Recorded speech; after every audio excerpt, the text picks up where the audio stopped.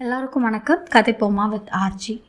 நம்மளோட சேனலில் திரு Alex Haley அவர்களுடைய ரூட்ஸ் வேர்கள்ன்ற புத்தகத்தை 20 நிமிஷமாக ஒரு பாட்டாக கேட்டுட்ருக்கோம். வாங்க மேற்கொண்டு படிக்க ஸ்டார்ட் பண்ணலாம். மறுப்பு தெரிவிப்பதுடன் அந்த பேச்சையே மீண்டும் எழுப்பக்கூடாது என தடை விதித்து விடுவாள். உடன் செல்வதில் தனக்கிருந்த அளவில்லாத ஆவலை அப்பா அறிந்து கொள்ள இயலாமலேயே போய்விடக்கூடும். ஆகவே தனியாக சந்திக்க நேர்ந்த போது அப்பாவிடமே கேட்டுவிடலாம் என்ற வாய்ப்பினை எதிர்நோக்கி காத்திருந்தான். ஒமோரோ புறப்படுவதற்கு சரியாக 3 நாட்கள் இருந்தன. அப்பாவுடன் பயணிக்கும் நம்பிக்கையை குண்டா கிட்டத்தட்ட இழந்து விட்டான். காலை கஞ்சியை குடித்த பிறகு ஆட்டு மந்தையை ஓட்டிக்கொண்டு புல்வெளிக்கு புறப்பட ஆயத்தமாகி கொண்டிருந்த போது ஒமோரோ பிண்டாவின் குடிசையை விட்டு வெளியேறியதை கண்டான். உடனே ஆடுகளை முன்னும் பின்னும் நகர விடாதபடி கட்டுப்படுத்தியவாறு பிண்டா காண முடியாத திசையில் ஒமோரோ சற்று தூரம் செல்லும் வரை கவனித்து கொண்டிருந்தான். பிறகு அதுதான் சரியான வாய்ப்பென்று ஆடுகளை தனியே விட்டுவிட்டு ஒரே ஓட்டமாக பாய்ந்து சென்று மூச்சிறைக்க அப்பாவிடம் நின்றான். திகைத்து நின்ற ஒமோரோ அவனுடைய மன்றாடிய முகத்தை பார்த்தார். மென்று விழுங்கிய குண்டா தான் சொல்ல நினைத்த வார்த்தைகளை ஒன்று கூட நினைவுக்கு தட்டுப்படாமல் தவித்தான். நீண்ட நேரம் மகனையை பார்த்து கொண்டிருந்த ஒமோரோ, இப்போதான் உன் அம்மாவிடம் சொல்லிவிட்டு வருகிறேன் என்றார். உடனே புறப்பட்டு விட்டார். அவர் சொன்ன வார்த்தைகள் பொருளை உணர்ந்து கொள்வதற்கு சில நொடிகள் ஆனது. கத்திவிட்டான். கூச்சலிட்டதை கூட அவன் உணரவில்லை. குப்புரவிலிருந்து தத்தி தாவி ஆடுகளை சென்றடைந்தான். ஒரே குதூகலம். புல்வெளியை நோக்கி ஆடுகள் 4 கால் பாய்ச்சலில் பறந்தன. ஒரு வழியாக தன்னை சுதாரித்து கொண்டு நடந்தவற்றை தன்னுடைய தோழர்களிடம் கூறினான். சொரத்தின்றி கேட்டுக்கொண்டிருந்த நண்பர்கள் பொறாமையால் எதுவும் பேசாமல் நகர்ந்தனர். ஆனால் பகல் பொழுது நெருங்கிய போது தமது நண்பனுக்கு கிடைத்த அற்புதமான நல்வாய்ப்பு ஏற்படுத்திய உலர் கிளர்ச்சியை பங்கிட்டு கொள்ள முனைந்தனர். அதற்குள் முரசு செய்தியை கேட்டதிலிருந்து தனது தந்தையை தன்னை பற்றிய சிந்தனையிலே ஆழ்ந்திருந்தார் என்கிற எண்ணம் அவனை ஆட்கொண்டதால் அமைதியாகிவிட்டான். மாலையில் மிகுந்த மகிழ்ச்சியுடன் ஆடுகளை ஓட்டிக்கொண்டு திரும்பியவன் அவற்றை பட்டியல் அடைத்துவிட்டு நேரே பிண்டாவின் குடிசைக்கு சென்றான். அவனை கண்டவுடன் அவனுடைய கைகளை இறுக பற்றியபடி ஓங்கி அறைந்தாள். வெள்ளத்து போன குண்டாவிற்கு தன் தாயிடம் அடித்ததற்கான காரணத்தை வினவக்கூட துணிவில்லை. அத்துடன் ஒமோராவிடம் அவள் நடந்து கொண்ட விதம் குண்டாவிற்கு மிகுந்த அதிர்ச்சி அளித்தது. லாமினிக்கு கூட நன்றாக தெரியும். கணவன் முன்பு மனைவி இறைந்து பேசி எதிர்ப்பு தெரிவிப்பது மாண்டிங்கர் இனத்தில் வழக்கமில்லை. கேட்கக்கூடிய தூரத்தில் ஒமோரா நின்றிருந்தது தெரிந்தும் பெரும் கூச்சலாக கத்தினாள். பக்கத்தில் உள்ள பல கிராமங்களிலிருந்து புதிதாக ஆட்கள் காணாமல் போய்விட்டதாக அடிக்கடி முரசு ஒலித்து அறிவித்து கொண்டிருந்த வேளையில் குண்டாவை அழைத்து கொண்டு காட்டு வழி நெடுந்தூரம் பயணம் செல்ல துணிந்த செயல் அவளுக்கு பிடிக்கவில்லை. தானியத்தை உரலில் போட்டு உலக்கையால் அவள் இடித்த ஒளி அவளுடைய உணர்வுகளை எதிரொலித்தது. அடுத்த நாள் குண்டா மீண்டும் அம்மா தன்னை அடித்து விடுவாளோ என்ற அச்சத்தில் குடிசையை விட்டு வெளியே அவசரமாக கிளம்பி கொண்டிருந்த வேளையில் பிண்டா லாமினை இழுத்து அணைத்து பாசமுத்தம் பொழிந்தாள். அவன் குழந்தையாக இருந்தபோது கூட அத்தனை முத்தங்கள் கிடைத்திருக்க மாட்டா. லாமின் குண்டாவை பார்த்தபடி நிலைந்தான். ஆனால் இருவராலும் எதுவும் செய்ய இயலாது. தனது தாயினுடைய குடிசையை விட்டு குண்டா வெளியே சென்ற போது எதிர்பட்ட பெரியவர்கள் ஒவ்வொருவரும் ஜூப்பியோர் கிராமத்திலேயே மிக சிறு வயதில் பெரியவர்களுடன் நீண்ட தூர பயணம் செய்யும் நல்வாய்ப்பு பெற்றவன் என்கிற முறையில் வாழ்த்துக்களை தெரிவித்தனர். அவன் பணிவுடன் நன்றி தெரிவித்தான். அதில் அவனுடைய குடும்ப பயிற்சியின் பாங்கு துணித்தது. ஆனால் பெரியவர்களின் பார்வை படும் தூரத்திற்கு அப்பால் சென்றவுடன் தனது தலையில் வழக்கத்தை காட்டிலும் கூடுதலான சுமையை சுமந்து சென்றிருந்ததை தனது நண்பர்களுக்கு காட்டும் விதமாக பின்னங்கால்களால் உந்தி குதிக்க தொடங்கினான். அப்படி ஒரு சுமையுடன் தனது தந்தையுடன் பயணம் செய்யவிருந்ததை நண்பர்களுக்கு காட்ட வேண்டாமா? அவன் 2 எட்டு எடுத்து வைக்கும் முன் 3 முறை சுமை தலையில் இருந்து நழுவி விழுந்தது. மேய்ச்சலிலிருந்து திரும்பிக் கொண்டிருந்த வேளையில் அடுத்த நாள் பயணத்திற்கு முன் அவன் கிராமத்தில் செய்யவிருந்த செயல்களை அசை போட்டான். அவற்றுள் முகாமையாக நியோபாட்டி குடிசைக்கு செல்ல வேண்டும் என்கிற எண்ணம் வலுவடைத்தது. ஆடுகளை பட்டியில் ஒப்படைத்த பிறகு பிண்டாவின் குடிசையிலிருந்து இயன்ற அளவு விரைவாக வெளியேறி நியோபோட்டோ பாட்டியின் குடிசை முன்பு அமர்ந்தான். சற்று நேரத்தில் பாட்டி வெளிப்பட்டாள். உன்னை எதிர்பார்த்து கொண்டுதான் இருந்தேன் என்றவாறு அவனை உள்ளே அழைத்தாள். வழக்கமாக குண்டா பாட்டியினுடைய குடிசைக்கு தனியாக சென்ற போதெல்லாம் இருவரும் சற்று நேரம் அமைதியாக உட்கார்ந்திருப்பர். அத்தகைய உணர்வினை குண்டா எப்போதும் விரும்பினான், எதிர்பார்த்தான். குண்டா ரொம்ப பொடியன், பாட்டி மிகவும் வயதான மூதாட்டி. ஆனாலும் இருவருக்கும் இடையே நெருக்கமான பிணைப்பு நிலவியது. குடிசையின் மங்கிய ஒளியில் ஒருவரை ஒருவர் பார்த்து கொண்டு அமைதியாக அமர்ந்திருப்பதில் தனி ஆனந்தம். ஒரு வழியாக பாட்டி பேசினாள். உனக்காக ஒன்று வைத்திருக்கிறேன். தனது படுக்கைக்கு அருகில் சுவற்றிலிருந்து தொங்கிய பதனிடப்பட்ட மாட்டுத்தோல் பையிலிருந்து புயத்தை சுற்றி கட்டி கொள்ளக்கூடிய மந்திரிக்கப்பட்ட கருப்பு தாயத்து ஒன்றை வெளியில் எடுத்தாள். இந்த தாயத்தை உன்னுடைய பாட்டனார் உனது தந்தை ஒமோரோ ஆம்பிள்ளைகளுக்கான பயிற்சிக்கு சென்ற போது மந்திரித்து கொடுத்தது. ஒமோரோவின் முதன் மகனுடைய பயிற்சியின் போது கொடுப்பதற்காக பாதுகாக்கப்பட்டது. உனக்கு அது கொடுத்து வைத்துள்ளது. நீ பயிற்சிக்கு செல்லும் போது உனக்கு கொடுக்கும்படி கூறி உனது பாட்டி என்னிடம் ஒப்படைத்திருந்தாள். உனது தந்தையுடன் நீ செல்கின்ற பயணம்தான் உன்னை பொறுத்தவரை பயிற்சியாக அமையப் போகிறது. பாசமிகு பாட்டியை குண்டா அன்பொழுக பார்த்து கொண்டிருந்தான். எவ்வளவு தூரம் சென்ற போதிலும் அவன் செல்லக்கூடிய இடங்களிலெல்லாம் பாட்டியும் தன்னுடன் இருந்தாக வேண்டும் இருந்ததாக அந்த தாயத்து உணர்த்த போவதை அவனால் வார்த்தைகளால் வெளிப்படுத்த முடியவில்லை. அடுத்த நாள் காலையில் மசூதியில் தொழுகையை முடித்துவிட்டு திரும்பியதிலிருந்து அவனுடைய தலை சுமையை பிண்டா சரி செய்து முடிக்கும் வரை குண்டா பொறுமையாக நின்று கொண்டிருந்தான். முந்தைய இரவு முழுக்க பயணத்தை பற்றிய உணர்வெழுச்சிகளில் திளைத்திருந்ததால் உறக்கம் பிடிக்காமல் விழித்தபடி படுத்திருந்தான். அருகில் அம்மாவின் தேம்பல் கேட்டது. திடீரென அவள் குண்டாவை இறுகி அணைத்தாள். அவளுடைய உடல் நடுங்கியதை அவனால் உணர முடிந்தது. தன் மீது தாய் கொண்டிருந்த உண்மையான பாசத்தின் ஆழத்தை அவனுடைய வாழ்நாளில் முன் எப்பொழுதை காட்டிலும் அந்த தருணத்தில் அவனால் முழுமையாக உணர முடிந்தது. குண்டாவும் அவனுடைய தந்தையும் தற்பொழுது செய்ததை ஏற்கனவே அவன் தன் நண்பன் சிட்டாஃபாவுடன் சேர்ந்து பல முறை பயிற்சி எடுத்திருந்தான்.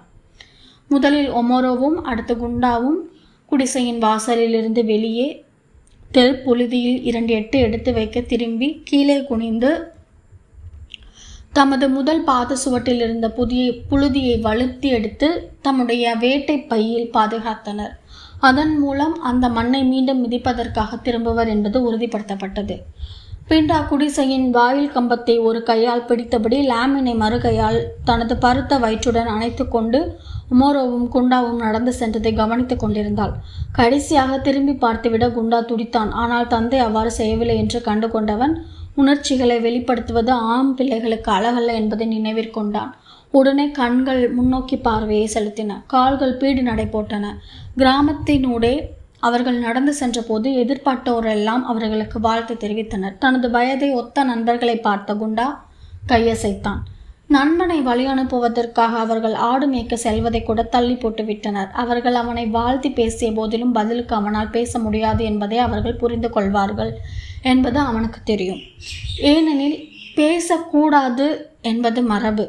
பயணியர் மரத்தை அடைந்தவுடன் நின்றனர். மரத்தின் தாழ்வான கிளைகளில் ஏற்கனவே 100கணக்கான துண்டு துணிகள் கட்டிவிடப்பட்டு பருவ மாற்றங்களால் நிறம் மங்கி கிழிந்து தொங்கிக் கொண்டிருந்தன. அவ்வழியே சென்ற பயணிகள் தமது பயணம் பாதுகாப்புடன் நிறைவேறி தாயக கிராமம் திரும்ப ஆசி அருள வேண்டுமென தொழுது பிணைக்கப்பட்டவை. ஒமோராவும் 2 துணிப்பட்டைகளை கட்டிவிட்டு தொழுது கொண்டார். நடந்தவற்றை உண்மை என குண்டாவால் நம்ப முடியவில்லை. தன்னுடைய வாழ்நாளிலேயே முதன்முறையாக தாயின் குடிசைக்கு வெளியே இரவு நேரத்தை கழிக்கப் போகிறான். ஜூப்யூர் கிராமத்தின் நுழைவாயிலுக்கு அப்பால் வழி தவறியோடிய அவனுடைய ஆடு ஒன்றை காட்டிலும் கூடுதல் தொலைவு முதன்முறையாக பயணிக்கப் போகிறான். அவ்வாறு பலவும் அவனுடைய வாழ்க்கையில் முதலாக நேரப்போகின்றன. அத்தகைய சிந்தனையில் குண்டான் மூழ்கியிருந்த போது ஒரு வார்த்தையும் பேசாமலும் பின்னோக்கி பார்க்காமலும் ஒமோரோ திரும்பி காட்டிற்குள் சென்ற ஒற்றையடி பாதையில் மிக வேகமாக நடையை கட்டினார். தலைச்சுமை கிட்டத்தட்ட கீழே விழுந்துவிடும் போலிருந்தது. அப்பாவை பின்பற்றி குண்டா விரைந்தோடினான். அப்பாவுக்கு பின்னால் 2 தப்படி தொலைவில் தொடர்ந்து செல்வதற்கு குண்டாவை பொறுத்தவரை ரொம்பவே கடினமாக இருந்தது. அப்பாவுடைய நீண்ட சீரான ஒரு எட்டுக்கு அவன் தன்னுடைய சிறிய பாதங்களால் வேகமாக 2 எட்டுக்கள் வைக்க வேண்டியிருந்தது. அரை மணி நேரத்திற்கு பிறகு அவனுடைய பாதங்களைப் போலவே அவனுடைய உத்வேகமும் குறையத் தொடங்கியது. தலைச்சுமை மேலும் மேலும் பழுவடைந்து விட்டதைப் போல உணர்ந்தான். பயங்கரமான எண்ணம் உதித்தது. ஒருவேளை அப்பாவுடைய வேகத்திற்கு ஈடு கொடுக்க முடியாத அளவுக்கு களைப்படைந்து விட்டால் உடனே தன்னைத்தானே மிக கடுமையாக கடிந்து கொண்டான். அப்படி ஏதாவது நேருவதற்குள் வழியிலேயே சுருண்டு விழுந்து விட வேண்டியதுதான். காட்டுப்பகுதி அவர்கள் கடந்து சென்றபோது ஆங்காங்கே காட்டுப்பன்றிகள் புதர்களுக்குள் ஓடி ஒளிந்தன. தேன் சிட்டுகள் வானில் விரிட்டன. முயல்கள் ஒளிவிடங்களை தேடி ஓடின. ஒமோரோவுக்கு ஈடு கொடுத்து நடப்பதில் உறுதி கொண்டிருந்த குண்டா யானையே கடந்து சென்றிருந்தாலும் கவனித்திருக்க மாட்டான். குண்டாவின் முழம் கால்களுக்கு கீழே கண்டச்சதைகள் சற்றே வலியெடுக்க தொடங்கின. தலை முகமெல்லாம் வேர்த்து கொட்டியது. தலைச்சுமை அந்த பக்கமும் இந்த பக்கமுமாக நழுவிக்கொண்டே இருந்தது. தன்னுடைய இரு கரங்களையும் மேலே உயர்த்தி சமணப்படுத்தி கொண்டே நடந்தான். சற்று நேரத்திற்கு பின்னர் எதிரே ஏதாவதொரு சிறிய கிராமத்தின் பயணியர் மரத்தை நெருங்கி கொண்டிருந்ததை கண்டான். அது எந்த கிராமமாக இருக்கும்? அதன் பெயரை அப்பா சொன்னால் தெரிந்து கொள்ளலாம். ஆனால் அவரோ ஜூப்பியோர் விட்டு புறப்பட்டதிலிருந்து பேசவும் இல்லை, திரும்பி பார்க்கவும் இல்லை. சில நிமிடங்கள் கழித்து தங்களை நோக்கி சில அம்மன பயல்கள் ஓடி வந்ததை கண்டான். தன்னுடைய கிராம பயணியர் மரத்தருகே அவனும் அவ்வாறு செய்தான் அல்லவா? அவர்களை வரவேற்பதைப் போல கையசைத்து கூச்சலிட்டனர். பெரிய ஆளுடன் ஒரு பொடியன் பயணம் செய்ததைக் கண்டு அவர்களுக்கு கண்கள் அகல விரிந்தன. குண்டாவின் இருபுறமும் முண்டியடித்து கொண்டு கூடவே நடந்தவர்கள் பேச்சு கொடுத்தனர். எங்கே போகிறாய்? அவர் உங்க அப்பாவா? மாண்டிங்கர் இனமா? உன்னுடைய கிராமம் எது? களைப்படைந்திருந்த குண்டா தகப்பனாரைப் போலவே அவர்களுடைய கேள்விகளை புறக்கணித்தான். முதிர்ச்சியும் முக்கியத்துவமும் அடைந்து விட்டான் அல்லவா? ஒவ்வொரு பயணியர் மரத்திற்கு அருகிலும் ஒற்றையடி பாதை பிளவுண்டது. ஒன்று கிராமத்திற்குள் இட்டு சென்றது, மற்றொன்று கிராமத்தை கடந்து நீண்டது. அந்த கிராமத்தில் பணி எதுவும் இல்லாதவர்கள் தொடர்ந்து செல்ல ஏதுவாக இருந்தது. ஒமரோவும் குண்டாவும் கிராமத்தை கடந்து சென்ற பாதையில் தமது பயணத்தை தொடர்ந்தனர். குழந்தைகள் ஏமாற்றத்துடன் பார்த்து கொண்டிருந்தனர். ஆலமரத்தடியில் அமர்ந்திருந்த பெரியவர்கள் சொரத்தின்றி நோட்டமிட்டனர். மாண்டிங்க என மூதாதையரை போற்றி கதை பாடல்களை பாடுவோரை தான் வற்புறுத்தி கேட்டுக்கொள்வர். குண்டாவும் அது போன்றவருடைய நிகழ்ச்சிகளை ஆர்வத்துடன் கேட்டிருந்தான். தமது பெரியப்பாக்களின் புதிய கிராமத்தினை போற்றி பாடுவதற்கும் இசைக்கலைஞர்கள் பலர் சென்றிருப்பர் என்று குண்டா நினைத்து கொண்டான். நெற்றி வழியே விழிந்த வியர்வை கண்களுக்குள் இறங்கியது. எரிச்சல் தாழாமல் கண்களை சிமிட்டினான். அவர்கள் பயணத்தை தொடங்கியதிலிருந்து சூரியன் தனது வானப்பாதையில் பாதி தூரம் மட்டுமே பயணித்திருந்தது. ஆனால் அவனுடைய கால்கள் கடுமையாக வலி எடுத்தன. பயணத்தை தொடர முடியுமா என்கிற அச்ச உணர்வு ஏற்படும் அளவிற்கு தலை சுமை கனத்தது. மனக்குழப்பம் உச்சத்தை அடைந்து கொண்டிருந்த நேரத்தில் அவனுடைய தகப்பனா திடீரென்று நின்றார். பாதி அருகில் தெல்லிய குளக்கரையில் தலைச்சுமையை இறக்கி தரையில் வைத்தார். குண்டா ஒரு கணம் நின்றான். தலைச்சுமையை கீழே இறக்குவதற்காக கைகளை உயர்த்தினான். விரல்களின் பிடி நழுவியதால் தொப்பென்று விழுந்தது. தலைச்சுமை விழுந்த சத்தம் அப்பாவுக்கு கேட்டிருக்கும் என்று பீதி அடைந்தான். ஆனால் ஒமரோ மகன் இருந்ததை கண்டு கொண்டதாகவே தெரியவில்லை. மண்டியிட்டு ஊற்று நீரை பருகி கொண்டிருந்தார். குண்டாவிற்கு தனது தாகத்தை உணர்ந்து கொள்ளக்கூட சக்தி இல்லை. மெல்ல நொண்டியபடி குளக்கரையின் விளிம்பினை அடைந்தான். நீர் குடிப்பதற்காக மண்டியிட முயன்றான். அவனுடைய கால்கள் ஒத்துழைக்க மறுத்தன. மீண்டும் முயன்றும் பயனின்றி போனதால் குப்புற விழுந்து முழங்கைகளை ஊன்றி தவழ்ந்து சென்று ஒரு வழியாக நீர்ப்பரப்பின் மீது வாயை வைத்தான். கொஞ்சமாக குடி. ஜூப்பியரிலிருந்து புறப்பட்டதிலிருந்து முதன்முறையாக அப்பா பேசியதை கேட்ட குண்டா அதிர்ந்தான். கொஞ்சமாக விழுங்கிவிட்டு சற்று பொறுத்து மீண்டும் கொஞ்சம் குடி.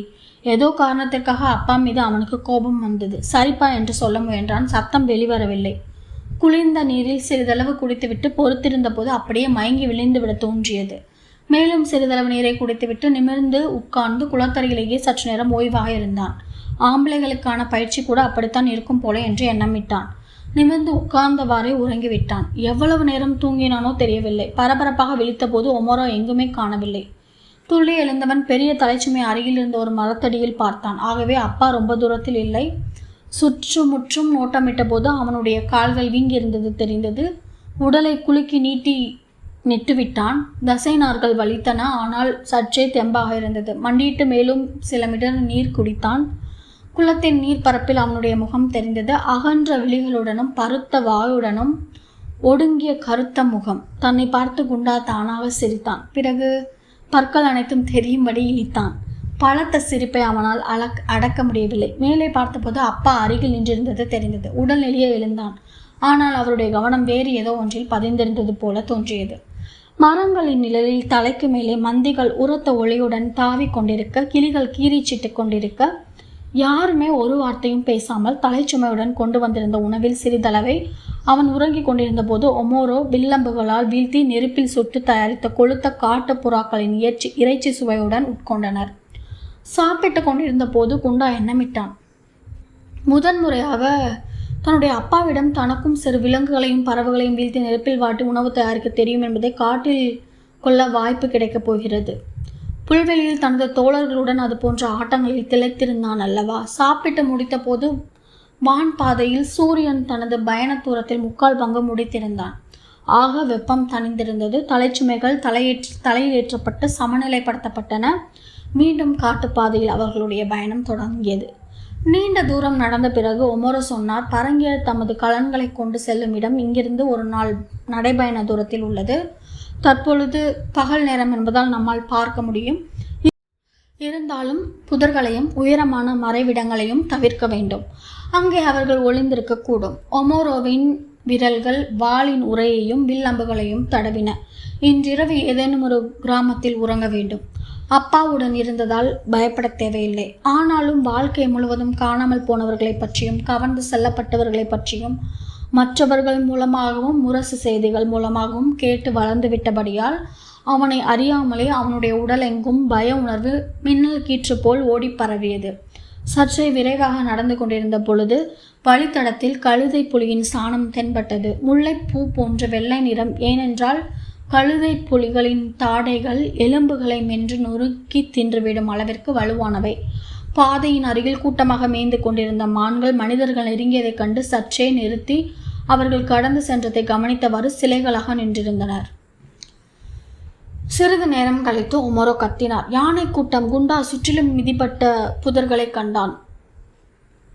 இளம் மரங்கள் நார் நாராக கிழிக்கப்பட்டிருந்தன.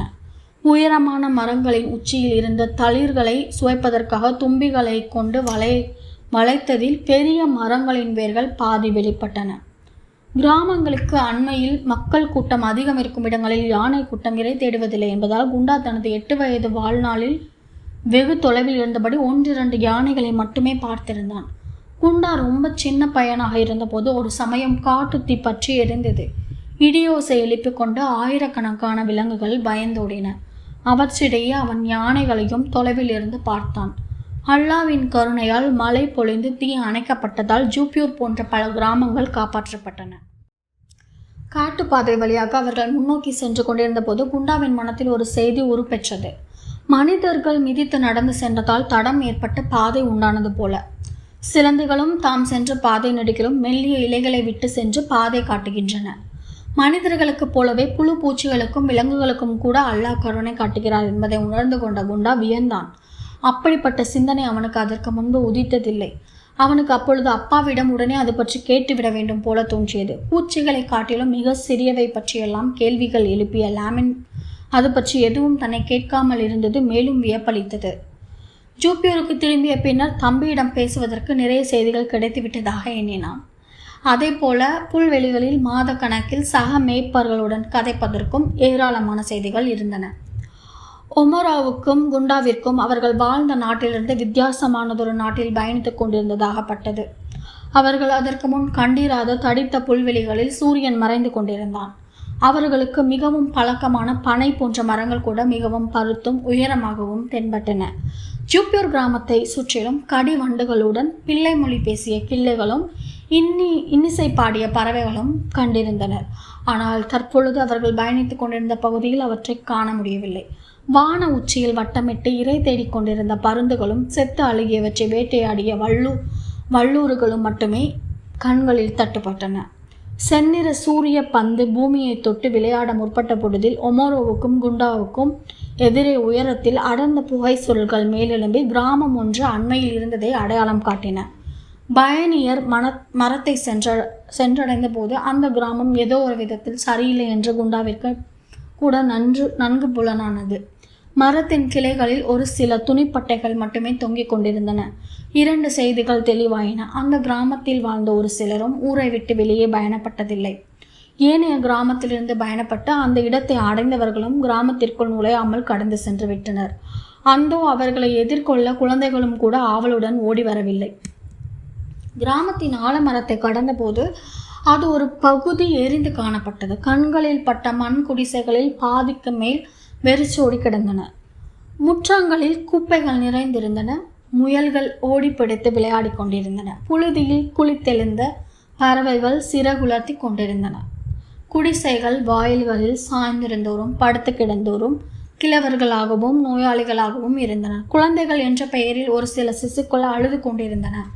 குண்டாவின் வயதை ஒத்தவர்களோ ஒமரோ அளவிற்கு இளமையானவர்களோ கூட தட்டுப்படவே இல்லை. வற்றி வறண்டு சுருக்கங்கள் நிறைந்து வலிமையற்று போன பயசாலிகள் பலர் பயணிகளை வரவேற்றனர். அவர்களுள் மிகவும் வயதான ஒருவர் தன்னுடைய கைத்தடியை தட்டியவாறு பல்லிழந்த கிழவி ஒருத்தியரிடம் பயணியருக்கு நீரும் கஞ்சியும் கொண்டு வரும்படி ஆணையிட்டார். அவள் ஒரு அடிமையாக இருக்க வேண்டும், குண்டா நினைத்தான். பின்னர் கிராமத்தில் நடந்ததை விவரிப்பதற்கு வயசாலிகள் ஒருவரை ஒருவர் முந்திக் கொண்டு முற்பட்டனர். ஒரு நாள் இரவில் அடிமைகளை கவர்ந்து செல்வோர் படையெடுத்து இளைஞர்களை எல்லாம் கொன்றனர் அல்லது இழுத்து சென்றனர்.